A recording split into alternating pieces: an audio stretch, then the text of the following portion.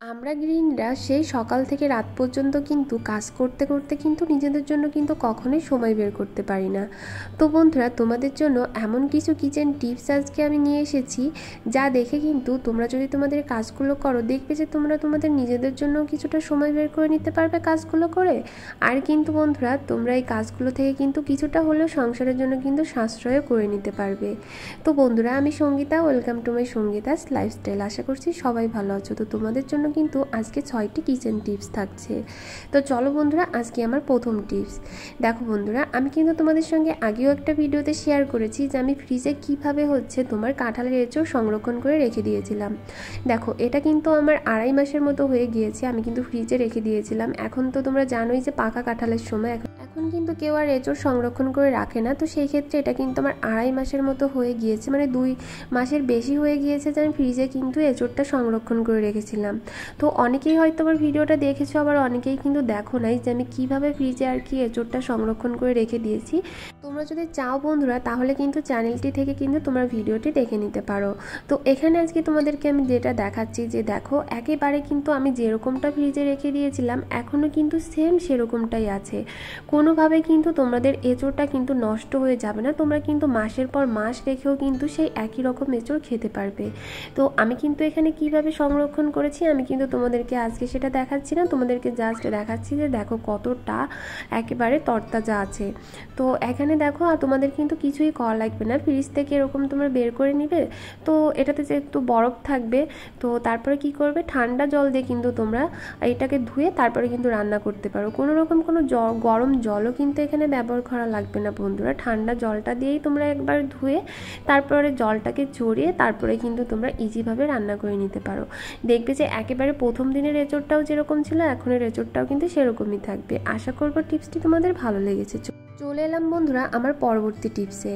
তো এখানে দেখো বন্ধুরা, যে এরকম যে চামচগুলো আছে, ধরো আমাদের বাড়িতে যখন গেস্ট আসে, আমরা কিন্তু নতুন নতুন চামচগুলোই কিন্তু বের করে দেওয়া হয়। তো তখন কি হয়, যে চামচগুলো অনেক সময় দেখা যায় একটা এদিক সেদিক হারিয়ে যায়, এরকমটা কিন্তু হয়ে থাকে।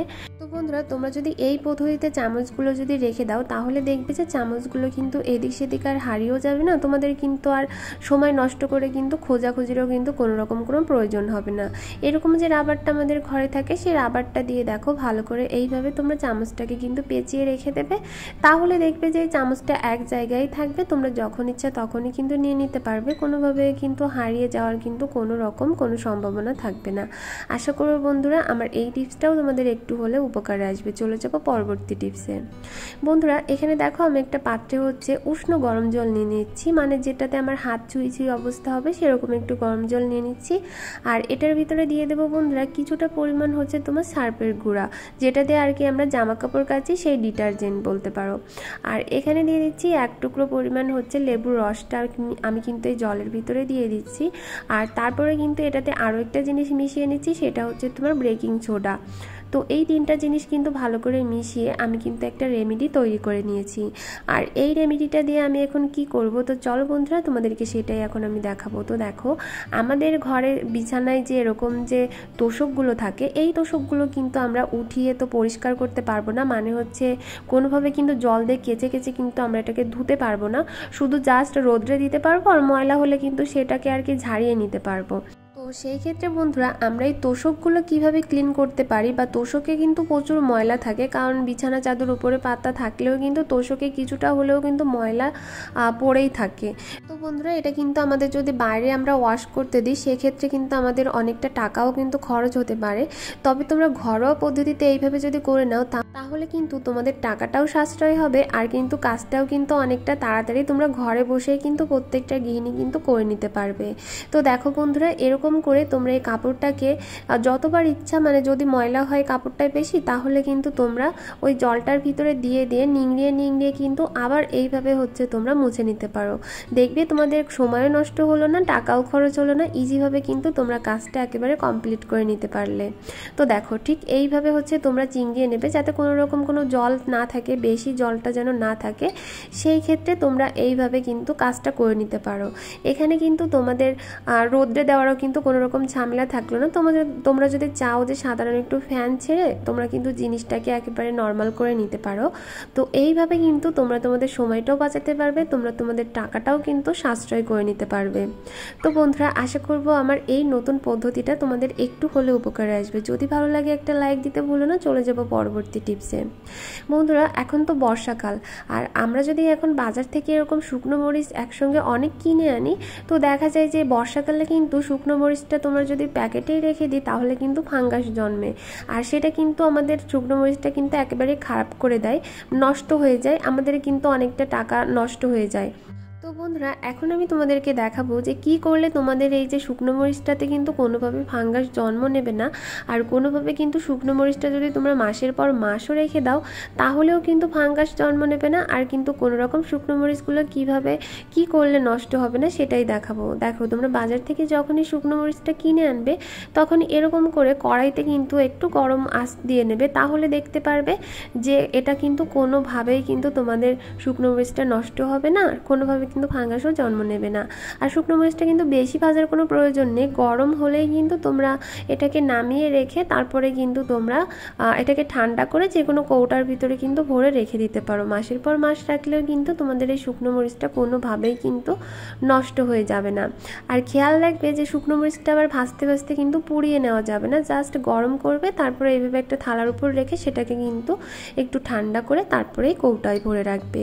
আশা করবো বন্ধুরা টিপসটা তোমাদের ভালো লেগেছে। চলে এলাম পরবর্তী টিপসে। বন্ধুরা দেখো, এই বর্ষাকালের সময় কিন্তু আমাদের ঘরে কিন্তু যে আলমারিতে জামা কাপড়গুলো থাকে অনেক সময় কিন্তু দেখা যায় প্রচণ্ড গন্ধ হয়ে থাকে। বর্ষাকালে কিন্তু একটা ছ্যাঁতছেঁতে ভাব কিন্তু অলরেডি আমাদের ঘরে হয়ে থাকে, আর সেটা কিন্তু আমাদের আলমারির উপরও কিন্তু প্রভাব ফেলে।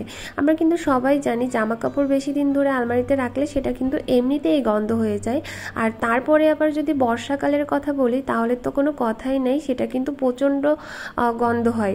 তো সেই ক্ষেত্রে তোমরা যে কাজটা করবে বন্ধুরা, আলমারিতে তোমরা কিভাবে জামা কাপড়গুলোকে গন্ধ ছাড়া রাখতে পারবে সেরকমই একটা ছোট্ট টিপস তোমাদের সঙ্গে কিন্তু এখন আমি শেয়ার করব, যেটা তোমাদের এই বর্ষাকালের সময় কিন্তু খুবই খুবই উপকারে আসবে। তো চলো বন্ধুরা, আমাদের তার জন্য কি করতে হবে সেটাই কিন্তু তোমাদেরকে এখন দেখাবো। এখানে দেখো বন্ধুরা, আমি একটা টিস্যু পেপার নিয়ে নিয়েছি, আর একটা টিস্যু পেপার নিলে কিন্তু আমার কাজটা হয়ে যাবে। একটা তাকের জন্য কিন্তু একটা টিস্যু পেপারই প্রয়োজন, আমি তোমাদেরকে সেটাই দেখাচ্ছি। আর এখানে দেখো, একটা টিস্যু পেপার কিন্তু ভালো করে আমি 4 ভাঁজ করে নিয়েছি। আর এবার দেখো, আমাদের ঘরে যে পারফিউম থাকে, আমরা যেটা রোজ ইউজ করে থাকি, সেখান থেকে একটু পারফিউম 2বার স্প্রে করে দেবে। তো প্রথমবার দিয়ে ভাঁজ করে নেবে, তারপরে উপরে আরও একবার স্প্রে করে দেবে। তারপরে কি করবে বন্ধুরা, এইভাবে তোমরা যে আলমারিতে যে শাড়িগুলো রাখো তার ভিতরে এইভাবে তোমরা এরকম করে টিস্যু পেপারটা দিয়ে রাখবে, তাহলে দেখবে যে তোমাদের আলমারিতে কিন্তু কোনো রকমের শাড়িতে কিন্তু গন্ধ হবে না। আশা করবো বন্ধুরা এই টিপসটা তোমাদের ভালো লেগেছে। চলে এলাম পরবর্তী টিপসে। বন্ধুরা, আমরা একটা বোতলের ঢাকনার সাহায্যে কিভাবে সূচে সুতো পরাতে পারি সেটাই কিন্তু আজকে আমি তোমাদের সঙ্গে শেয়ার করব। তোমাদের সঙ্গে কিন্তু সূচে সুতো পরানো নিয়ে কিন্তু আমি অনেক ভিডিওই কিন্তু শেয়ার করে ফেলেছি। এটার থেকে তোমাদের যেটা ভালো লাগে বা যেটাতে তোমাদের সুবিধা হয় তোমরা কিন্তু সেই টিপসটাই কিন্তু ইউজ করতে পারো। আর এই সেই রকম অর্গানাইজার কিন্তু তৈরি করে কিন্তু তোমরা নিতে পারো। আমি কিন্তু অলরেডি অনেকগুলো অর্গানাইজার তোমাদেরকে তৈরি করে দেখিয়ে দিয়েছি। দেখো, অনেক মা কাকিমারা আছে যারা কিন্তু তোমার সূচে সুতো পরাতে কিন্তু অনেকটা সমস্যা হয়, সেলাই পড়াই করতে পারে না অন্যের হেল্প ছাড়া। তারা যদি এরকম একটা অর্গানাইজার যদি তৈরি করে নিতে পারে তাহলে দেখবে যে কারো হেল্প ছাড়াই কিন্তু তারা খুব সুন্দরভাবে কিন্তু সূচে সুতো পরিয়ে নিতে পারবে। তো এখানে দেখো বন্ধুরা, আমি একটা বোতলের ঢাকনা নিয়ে নিয়েছি। তো আমরা যে স্প্রাইটগুলো খেয়ে থাকি, যে কোনো বোতলে তোমরা কিন্তু ঢাকনা নিয়ে নিতে পারো। তারপরে দেখো, এরকম করে একটা আমাদের ঘরে যে পুরনো তার থাকে, তো সেই তারের ভিতর থেকে এরকম চিকুন তারটা বের করে নিতে হবে। তারপরে দেখো বন্ধুরা, সুচটা এইভাবে তোমরা ঢুকিয়ে দেবে। ঢুকিয়ে দেওয়ার পরে বন্ধুরা, নিচের দিক থেকে তোমরা সুতোটাকে বের করে দেবে। সুতোটাকে বের করে দেওয়ার পরে সুচটাকে টান দেবে, অলরেডি কিন্তু তোমাদের সূচে কিন্তু সুতোটা পরানো হয়ে যাবে। তো এইভাবে কিন্তু তোমরা যে কোনো একটা অর্গানাইজার তৈরি করে রাখো, তাহলে কিন্তু প্রত্যেকটা মা কাকিমারা কিন্তু তাদের হেল্প ছাড়া, কারোর হেল্প ছাড়াই কিন্তু সূচে সুতো পরিয়ে কিন্তু যে কোনো সময় কিন্তু একারাই কিন্তু সেলাই পড়াই করে নিতে পারবে। তো বন্ধুরা, আশা করবো আজকে যে 6টি টিপস আমি তোমাদের সঙ্গে শেয়ার করেছি, হয়তোবা প্রত্যেকটা টিপসই তোমাদের জন্য মূল্যবান। কার কাছে কোন টিপসটা ভালো লেগেছে সেটা অবশ্যই কমেন্ট করে জানাতে একেবারেই ভুলো না। আর আমার চ্যানেল যদি নতুন হয়ে থাকো অবশ্যই চ্যানেলটিকে সাবস্ক্রাইব করে দিয়ে ভিডিওটা বন্ধুদের মাঝে শেয়ার করে দিও।